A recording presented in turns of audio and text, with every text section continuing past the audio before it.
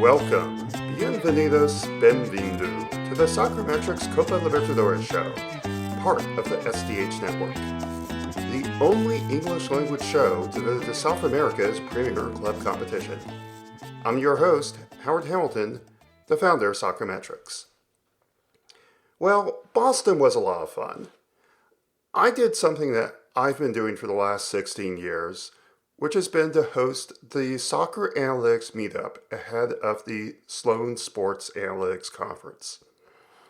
This year saw about 40 people attend, and I cannot express sufficiently my gratitude to those of you who attended and chatted with me, if just for a few minutes. It really was great to see how many people viewed that event as the highlight of their weekend in Boston. So really glad to see all of you there. The flip side of that event was that I wasn't able to recap the week's Libertadores matches at the end of last week. So this episode is going to be a combined looking back at last week's first leg results and ahead to this week's conclusion to the preliminary stage.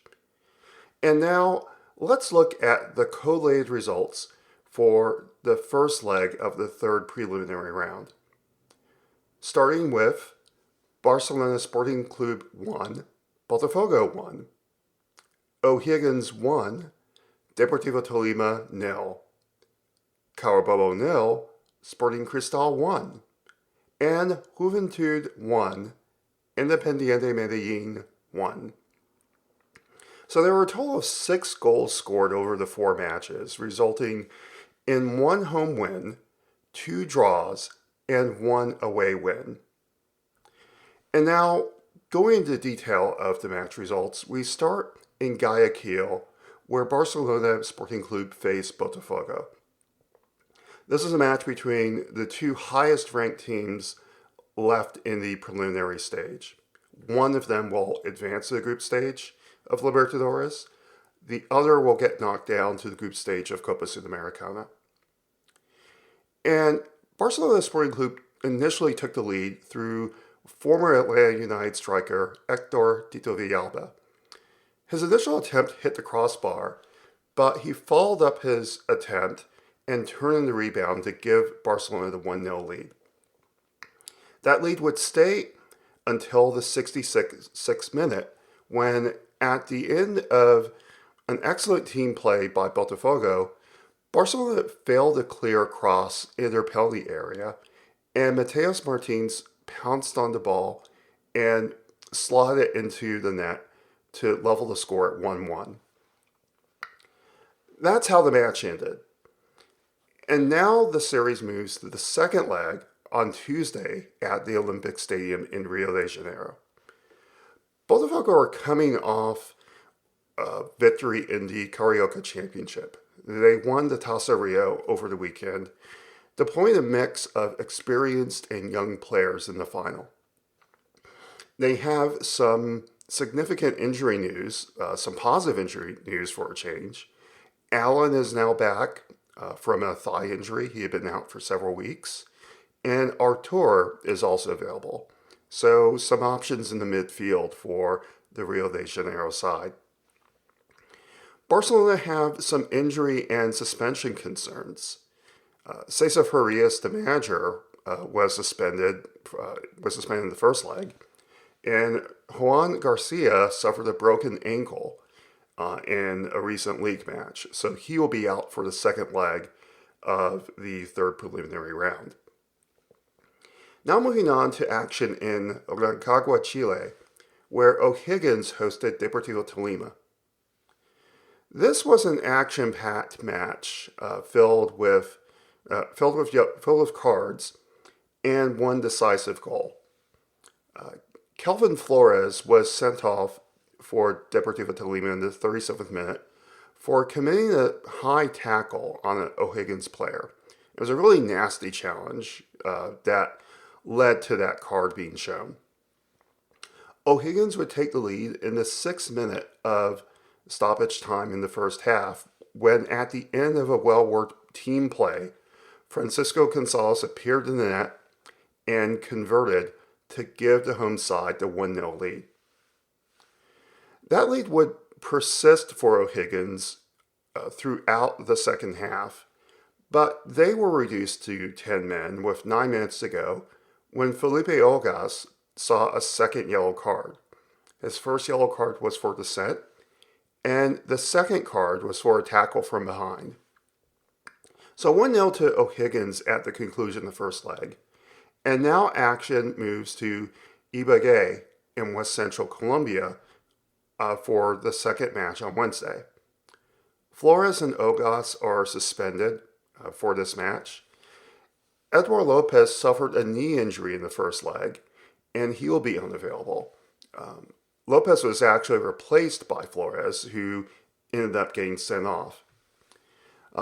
This is going to be a decisive match for both teams. They have spent several years away from the group stage in Libertadores. Tolima have not appeared in the group stage since 2022. O'Higgins have not appeared in the group stage since 2014. The third match saw Carabobo host Sporting Cristal. And Cristal went out to a 1-0 lead in the 14th minute through a penalty by Yosimar Yotun. It was actually a really dubious penalty that was called. Didn't look like one. I was very surprised that VAR didn't ask the referee to give that a further look. But the penalty was given, and Yosimar Yotun, the former Orlando City player and member of the Peruvian national team, stepped to the spot and converted coolly. They had a chance to double their lead 12 minutes later through Felipe Visiu, but his goal was disallowed by VAR. 1-0 to Sporting Cristal, and the series now moves to Peru, Cristal being the only club over the 4 matches of the third preliminary round to win away. But keep in mind that Carabobo won away in their previous round against Huachipato. Venezuelan teams have been more competitive in Copa Libertadores in recent years, but they still have difficulty getting from the preliminary round to the group stage. The last team to do this was Deportivo Táchira in 2015, when they advanced from the preliminary round to the group phase of the competition, overcoming Cerro Porteño. But back then, the preliminary round was only one round. In the current format, which started in 2016, no Venezuelan club has advanced from the preliminary stage to the group stage. And finally, in Montevideo, where Juventud hosted Independiente Medellin. This was an action-packed match. Independiente Medellin went out to a 1-0 lead through Enzo La Rosa. And this was at an end of a play in which Francisco Fijuszewski was at the center of the action. His play into the penalty box really disrupted the Juventud defense. His initial shot was saved by Sebastián Sosa, but the rebound fell to La Rosa, who converted. In the 50th minute, Juventud would attempt to get back in the match, and they came close when Larregui got in behind and his first-time shot hit the post. He made amends 24 minutes later when a long ball by Chagas was not dealt with by the deemed defense, and Larregui put away the opportunity. In the 80th minute, Juventud had another opportunity to take the lead when Barrandegai found Mimbacas, but his header crashed off the crossbar. And in stoppage time, with Juventud pushing up high for a winner, Chavera got behind the Juventud defense, but his attempt forced a double save by Sosa. So 1-1, the match finished. The second leg will be played on Thursday in Medellin, and it's all to play for. This is dim season at stake already. They've had an indifferent start to the Colombian domestic season. They're currently in 16th in the Primera División. And they're really looking for Libertadores to give their season a springboard. As for Juventud, this is uncharted territory for them. They're going to be looking to their experienced players, their key players, to give them a chance to steal a result in Colombia. Sebastian Sosa, Bruno Larregui, and Barandegay.